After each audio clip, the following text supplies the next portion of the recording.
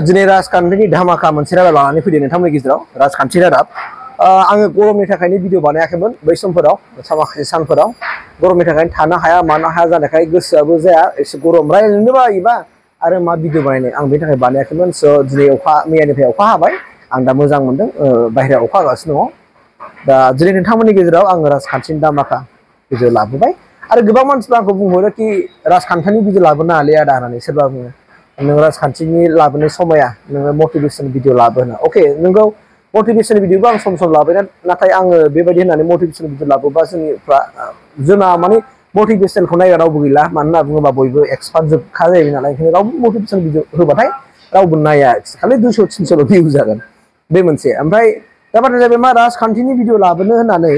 आङो राजखान्थिनि सोरबा दैदेनगिरिफोरखौ आङो बिगाब रायग्रा मानसि नङा आरो आं रायनो हानाय खमथा गैया दम गैया आं जेखौ नुदों जे बुस्थुआ सोलिगासिनो दं ट्रेन्डिंआव आं बेफोर बाथ्राखौसो नोंथांमोननो आङो बरनाय फोरमायनानै होयो आरो इयुनाव मा जाथावा बेयो आंनि मोन्दांथिफोरखौ नोंथांमोनजों शेयार खालामो बे बाथ्राया स' फैदो अब्ला जों नोंथांमोननि गेजेराव दिनैनि भिडिअआव मा खिथानोसै आथिखालाव नोंथांमोना नुदों फैबाय थानाय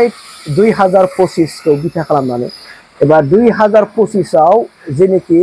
BTC आव इलेक्सन जानो फैगासिनो दङ BTC इलेक्सन जागोन आरोना बे BTC इलेक्सनखौ लानानै दिनै मोनफ्रोमबो राजखान्थि हान्जाया गाव-गावनि हान्जाखौ गोख्रों खालामनो थाखाय अहर जि थाद'नायनि खामानिफोरखौ मावगासिनो दं नोंथांमोनहा नुगासिनो दं आंबो नुदों नोंथांमोना नुदों बिनि गेजेराव दिनै नोंथांमोना खालि जयनिं हाबाफारि नुगासिनो दङ जयनिं हाबाफारि दिनै UPPL निफ्रायबो गोबां माने ओनसोलफ्राव दाब जायगायाव दिनै फुरा जयनिं हाबाफारि लागासिनो दङ बिथांमोना जुदि अहर थादोनाय बे जयनिं खामानिखौ लागासिनो दङ UPPL हान्जाया आरो बिनि असिलायै फिन आरो दिनै BPFआबो BPF नि दैदेनगिरिफ्राबो एबा BPF राजखान्थि हान्जायाबो गावनि पार्टिखौ गोख्रों खालामनो थाखाय जे राजखान्थि फैबाय थानाय 25खौ बेस खालामनानै 2025आव जों माब्रैबा देरहानानै सिंगल मेजरिटि देरहानानै बा सिंगल देरहानानै BTRखौ सासन खालामनो हागोन बा BDCखौ सासन खालामनो हागोन बे बिथिंखौ नोजोर होनानै बिथांमोनाबो अहर थाद'नाय गैयै धामाका खामानि मावगासिनो दङ BPF राजखान्थि हान्जायाबो आरो फारसेथिं बे मोननैनि गेजेरावथ' मेन कम्पिटिसनाथ' जोंनि BTR हालामाव जाखायो नङा होमबा BPF आरो UPPL नि गेजेराव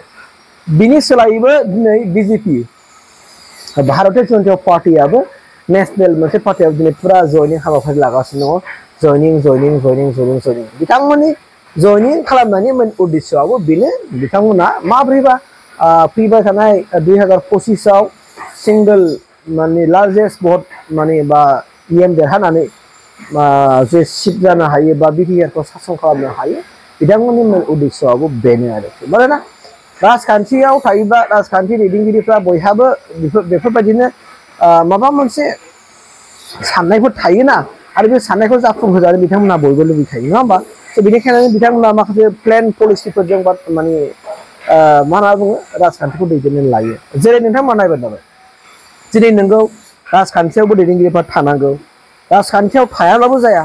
राजखान्थियाव थायोबा दिनै जोंनि माबायानो कान्ट्रि आरो डेम'क्रेटिक कान्ट्रिखा आरो जोंना राजधानि सासन नङा नालाय रायजोफोरनि सासनसो दा बेनिखायनो जोंना भट होनाय बे नियमा दंथारो दा भट होनाय बा नोङो दिनै रागा जोंब्लाबो जाया नोङो बोराबबाबो जाया नोङो सोरबा मोनसे पार्टिनिनो नोङो भटखौ होखानांखागोन नङा होमबा नोंनि गोसो बिदैजों नों सायख'नानै नोंनि भटखौ नों थुखानांगोन आरो इलेक्सन फैयोबा बेवहाय नों सोरखौबा बोराबनानै माबानानै लाब गैया बे आरो मोनसे बाथ्राया दा गतिके दिनै नोङो जाय BTRआवहाय जाहैबाय मा सोरबायदि पार्टिया देरहागोन जाय पार्टिया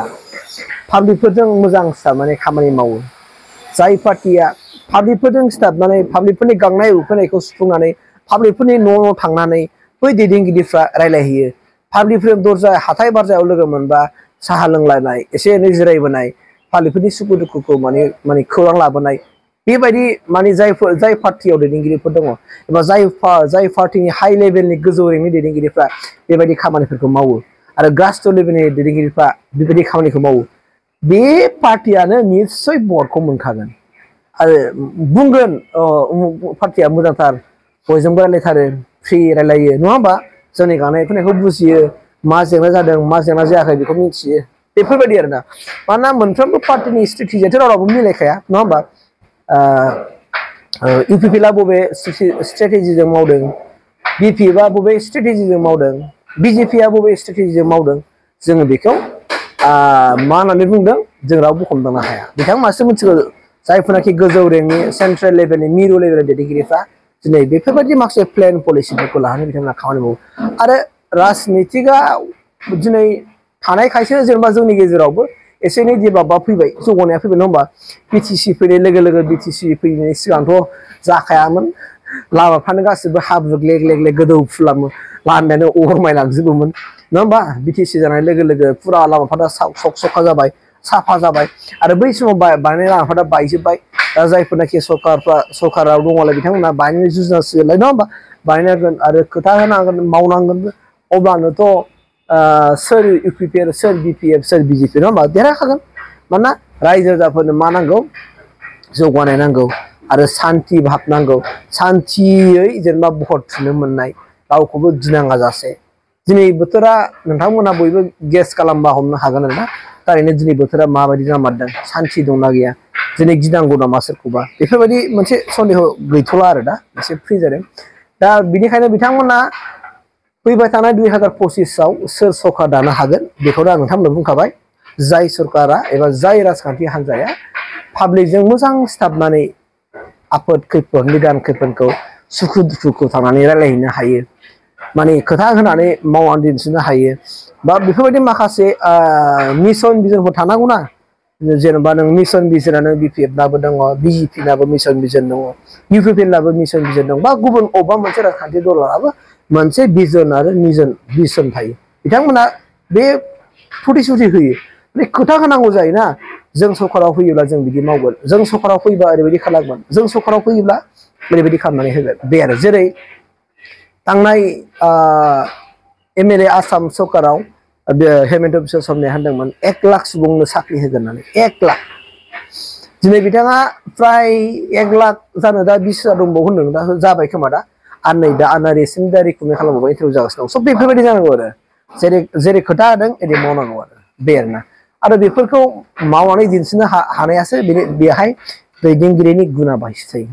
जायखौ जों लिडार होननानै बुङो बे लिडारनि गुना बिदियावसो थायो नों खोथा होबायब्ला नों मावफुंनानै दिन्थिनांगोन अब्लानो रायजो राजाफ्रा नोंखौ जेब्लायबो सापर्ट खालामबाय थागोन आरो दिनै नों मा BJP गभर्नमेन्टआ दिनै मा खालामदों लिडार दिनै बेखार जेंनाफोरखौ सुफुंनो थाखाय बे 2 लाख पार्सनेल लन होनो नागिरदों बाहाय नों 1 लाखल' सुख'नांगौ 1 लाखखौ सुख'फिननाङा दा बिनि गेजेराव दिनै प्रसेसिंआ जागासिनो दङ आरो बिथांमोना बेखौनो गुवाहाटियाव फार्स्ट फेज हिसाबै लेंहरसिगोन आरो दाथ' सेलेक्ट जाखाजोब्बाय मोनफ्रोम डिस्ट्रिक्टआव दा बिसोर ट्रेनिं होगासिनो दं ट्रेनिं आरो जाय सोर मा बोरमा फार्म खालामनो मा खालामनो जायफोर सेलेक्टेड जाबाय बिसोर दा ट्रेनिं होगासिनो दं सानथामनि ट्रेनिं बे जोब्बानो बिसोरखौ लेंहरसिगोन गुवाहाटियाव आरो बिसोरखौ माने फर्मेलि डिस्ट्रिबिउट खालामसिगोन आरो एपइन्टमेन्टफोरखौ बेफोरबायदि दा जोंनाबो बिटिआरावबो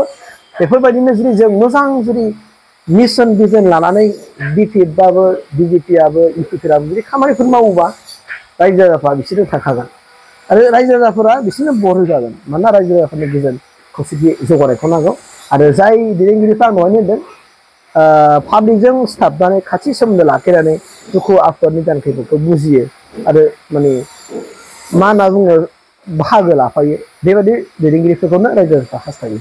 अब्ला नोंथांमोना सेलेक्ट खालामबानो जाबाय बे फैबाय थानाय 2025आव सोर देरहामारगोन आं बेखौ दिनै नोंथांनो खिन्थाना होबाय दहायनो नोंथांमोना जाज खालामनानै बुंबानो जाबाय थेंक इउ